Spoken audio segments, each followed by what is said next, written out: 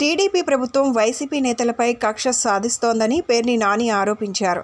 రాజీవ్ అరెస్టులో కొంతమేర legal procedure miss అయిందన్నారు. జోగి రమేష్ను రాజకీయంగా ఎదుర్కోలేక టీడీపీ ప్రభుత్వం సిఐడి, ఏసీబీ కేసులు పెడుతుందన్నారు. సీఎం చంద్రబాబు ఎన్ని కేసులు పెట్టినా తాము ఎదుర్కొంటామన్నారు. అక్రమంగా చేస్తారు. కొన్ని విచారణ చేసావా? స్టేట్మెంట్ తీసుకున్నావా వీళ్ళ దగ్గర? ఇంత పద్ధతిగా అంటే లీగాలిటీ ఎక్కడా మిస్ అవ్వకుండా, లీగల్ ప్రొసీజర్ ఎక్కడా మిస్ అవ్వకుండా చట్టరీత్యా లేదా మనీ ట్రాన్స్ఫర్ చేసి కొన్ని ఏమన్నా డబ్బులు అకౌంట్ ట్రాన్స్ఫర్ చేయకుండా కొన్నారా? డబ్బులు ఇచ్చేప్పుడు గాని లేదా పేపర్ అడ్వర్టైజ్మెంట్ ఇవ్వకుండా కొన్నారా?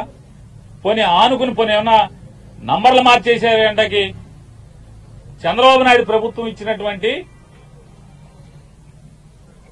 అగ్రిగోల్డ్ ఆస్తులకి ఏమన్నా సరిహద్దులు చేస్తుందా?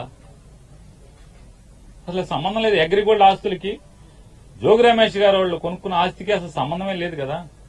లేని పరిస్థితుల్లో ఇవాళ సిఐడితో అదే ఆగస్టు 2వ తారీఖు ఒక కేసు కట్టించి, ఏసీబీతో ఒక కేసు కట్టించి విచారణకు కూడా కనీసం పిలవకుండా ఏం జరిగింది, నువ్వేం చేశావు, నీ పాత్ర ఏంటనే విచారణ కూడా చేయకుండా జోగి రమేష్ గట్టిగా మాట్లాడాడు, గట్టిగా తిరగబడ్డాడు.